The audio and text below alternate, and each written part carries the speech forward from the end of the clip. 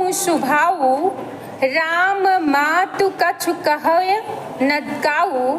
मैं सब कीन्ह तो हूँ बिनु पूछे, तेते पर्यो मनोरथ छूछे। ऋष परिहरो अब मंगल साजू, कछु दिन गए भरत जुगराजू। एक ही बात मोहि दुख लागा, बार बार दूसर असमंजस मांगा। करे आजाहू हृदय जरत तेहि आचा, ऋष परिहास की साचहूँ साचा। कहूँ तज रोष राम अपराधु, सब को कहो राम सुठी साधु। तुहु सराहस करस स्नेहु, अब सुनि मोहि भयो संदेहु। जासु स्वभाव अरिह अनुकूला, सो किमि करहि मातु प्रतिकूला। अब यहाँ पर आप ये देखें कि जो कहा जा रहा है, मन बिनु फनिक जिए दुख दीना, कहो स्वभाव न छल मन माही। जीवन मोर राम बिनु नाही। कितनी अच्छी बात कह रहे हैं। तलफत मीन बार बिनु, और आज उसको कितना मतलब बड़े ही सरल सहज बच्चों को पढ़ाया जाता है। क्या? मछली जल की जीवन उसका पानी है। बाहर निकाल लो, 2 दिन रखो। आज भी वही बात पढ़ रहे हैं, उदाहरण वही है, लेकिन उसका यहाँ जो यथास्थान यहाँ प्रयोग हुआ है, वहां पे राजा दशरथ के लिए किससे तुलना की गई है? मछली से। कि जिस तरह से क्यों मछली क्यों जो है पानी के बिना मर जाती है? कभी आपने इसको सोचा? मछली पानी के बिना क्यों मरती है? इसका साइंटिफिक क्या है? विज्ञान इसमें क्या है? वेरी गुड, इनके लिए ताली बजाइए। क्योंकि मछली जो है गिल दरारों के द्वारा श्वसन करती है, इसीलिए बाहर निकालने पर वो मर जाती है। क्योंकि पानी में जो ऑक्सीजन मिश्रित रहती है वो अपने गलफड़ों के द्वारा उसका क्या करती है? फिल्टर करती है, फिर उसी सांस को ग्रहण करती है। तो आपको ये श्वसन के प्रकार में पढ़ाया जाएगा। तो यहाँ पर बताया गया है कि तुलसीदास के रचनाओं में विज्ञान भी समाया हुआ है ना। वो जानते हैं कि जलचर, थलचर, नभचर, है ना, अंडज, उद्भिज, जरायुज, ये कैसे प्राणी हैं, सबका वर्णन रामचरितमानस में मिलता है। तो आप देखें कि जिये मीन बरु बारी विहीना, मन बिनु फनिक जिये दुख दीना। मैं जिस तरह से आपको यहाँ पे दृष्टांत के माध्यम से बताया जा रहा है, कैसे काव्य की प्रस्तुति की जा रही है? दृष्टांत, उदाहरण दे रहे हैं ना, कि जिस तरह से मछली पानी के बिना नहीं रह सकती है, और सर्प जो है किसके बिना नहीं रह सकता? मणि के बिना। और स्वभाव में यदि छल मन में है, उसी तरह से मेरा मन जो है बड़ा निश्चल है। मैं छल कपट रहित हूँ और मुझे छल कपट सहित व्यक्ति नहीं चाहिए। मेरे जीवन का समापन भी राम के बिना हो जाएगा, यानी राम के साथ ही जीवन संभव है, राम के बिना मेरा जीवन संभव नहीं। मुझे समुझ देख जिय प्रिया प्रवीणा, हे मेरी अत्यंत प्रिय रानी कैकेयी, आप समझ लीजिए, बूझ लीजिए कि आपको वैदव्य प्रिय है कि राम का वनगमन प्रिय है, क्योंकि मैं उसके बिना जिंदा नहीं रह पाऊंगा। जीवन राम दरस अधीना, बिना राम के दर्शन के मेरा जीवन क्या है? बेकार है, इसका कोई अर्थ ही नहीं है। सुनि मृदु बचन कुमति अति जरई, ऐसी वाणी सुन करके कैकेयी और भी क्रोधित होती हैं। मनहु अनल आहुत घृत परई, ऐसा लगता है कि जलती हुई अग्नि में घृत का आहुति की गई।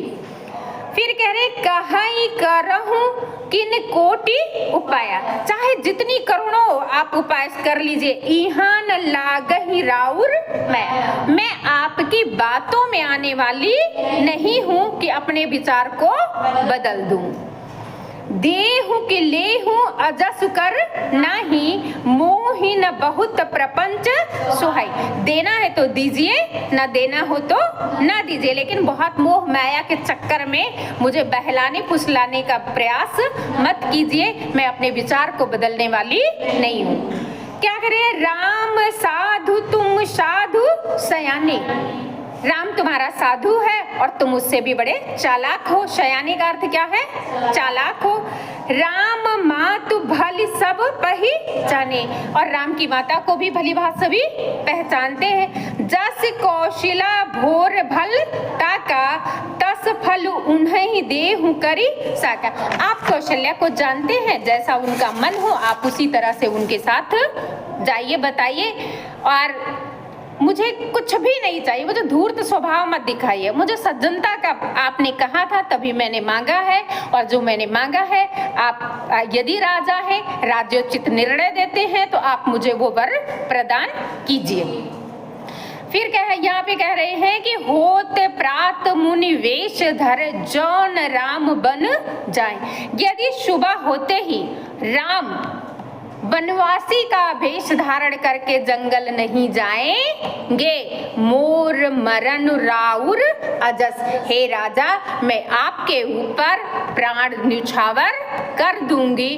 नृप समुझे मन माय। आप अपने हृदय में खूब विचार सोच लीजिए, लेकिन मैं भी कटिबद्ध हूँ, प्रतिबद्ध हूँ, अपने निर्णय से संबद्ध हूँ। तनिक भी मैं विचलित होने वाली नहीं हूँ। इसी काव्य के साथ मैं बताना चाहती हूँ कि आज का दिन किसका है? कालरात्रि का। और कालरात्रि का वाहन क्या है? क्या है? गधा। करी कालरात्रि का वाहन क्या है? गधा। तो कालरात्रि ने क्या किया था जिससे उनका नाम चामुंडा पड़ा था? नर मुंडों की माला पहन ली थी। जब असुरों ने तमाम विविध रूप रक्त बीज वधे देवी, क्योंकि जब रक्त गिरता था तमाम तरह के असुर पैदा होते थे, एक से बढ़ के एक भट्ट बलशाली। तो उन्होंने उनका मर्दन करने के लिए क्या लिया? कपाल कुछ गिरे तो उसमें, और नहीं तो गलारेत, और यही नाम अपना सार्थक किया चामुंडा। इसका मतलब यह है कि स्त्री यदि क्या हो, सहजता का परित्याग कर दे, विनम्रता को त्याग दे, वो क्या कर सकती है उसका कोई भरोसा नहीं है। क्योंकि अनंत धरती, अनंत आकाश का विस्तार जितना आपके लिए खुला है उतना उसके लिए भी खुला। ये आप पर डिपेंड करेगी कि राम शपथ सत्य कहूं शुभाऊ। महाराज कैकेयी भवन में पहुंच चुके हैं और वहां पे वो अपनी सारी व्यथा वेदना कैकेयी के समक्ष प्रस्तुत कर चुके हैं। लेकिन एक बार कोशिश कर रहे हैं, गुंजाइश हो तो एक मेरी रिक्वेस्ट और भी मान ली जाए। कह रहे हैं, कैकेयी से कहते हैं कि मैं राम शपथ सत्य कहूं। सत्य का अर्थ क्या है? 100। और अगर यही सत होता तो 100 बार हो जाता, लेकिन एक ही बार लिखा है सत, तो इसका अर्थ है कितना? 100। मैं राम की शपथ सैकड़ों बार खा के कहता हूँ, राम मातु कछ कहो न कहो, कि राम की माता के विषय में कुछ कहा ही नहीं जा सकता है। मैं सब कीन्ह तो बिनु पूछे।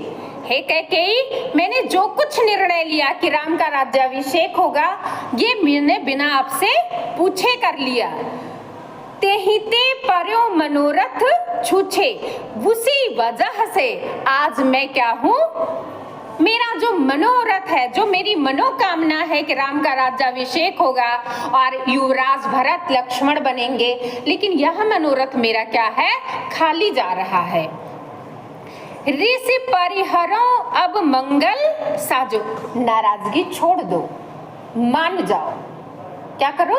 नाराजगी छोड़ दो, मान जाओ और अपने विचार को बदल लो।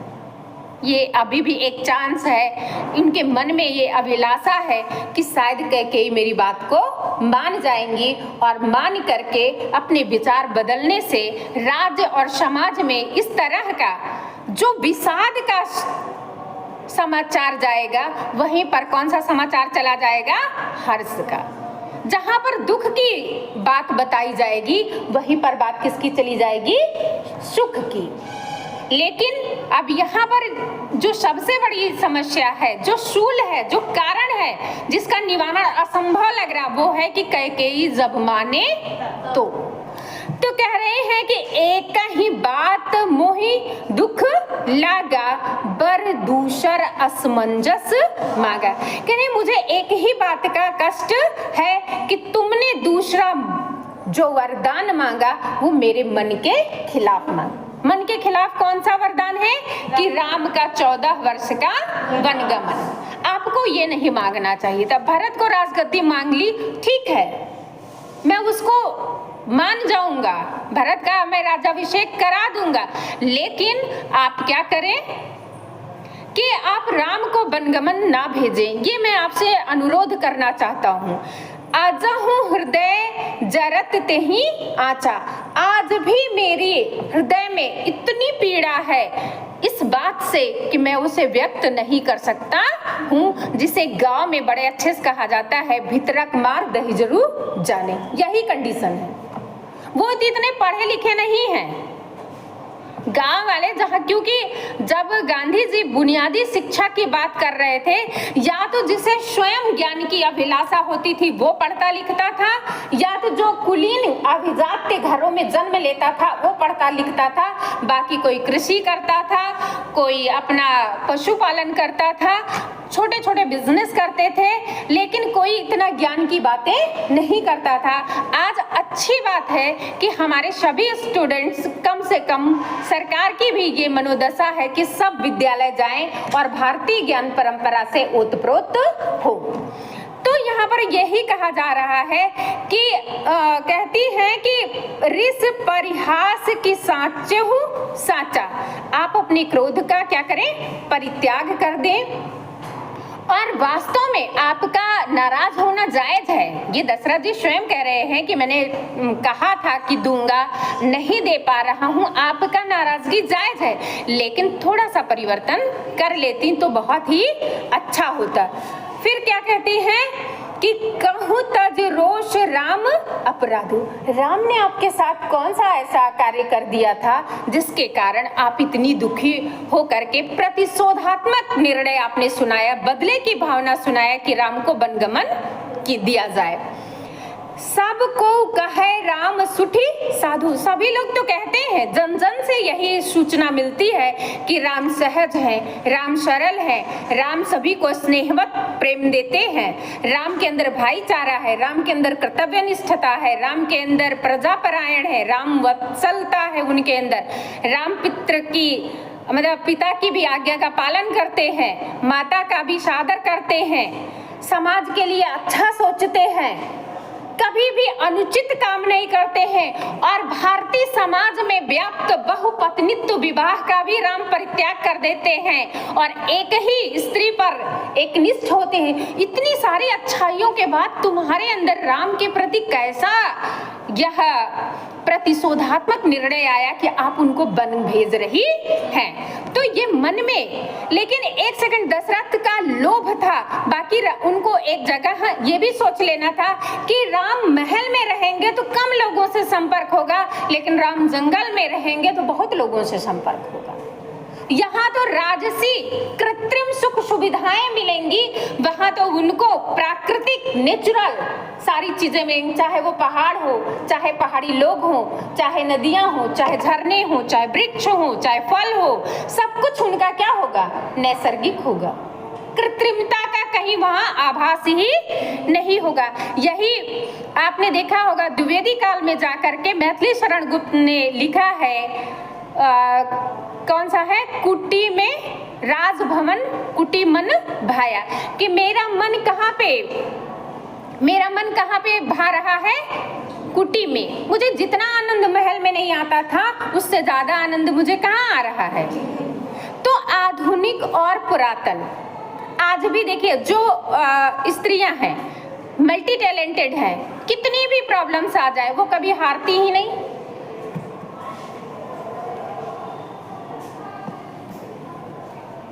हेलो है। अरे यार वो बात हो गई है मैडम।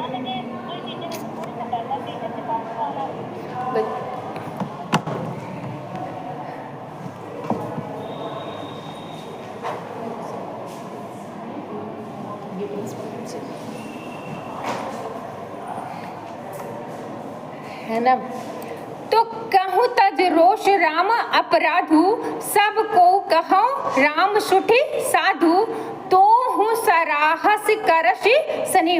राम तो हमेशा माँ कैकेयी की सराहना करते रहते हैं कि छोटी माँ मुझे बहुत प्यार करती हैं, उनका अतिरिक्त स्नेह मुझे मिलता है।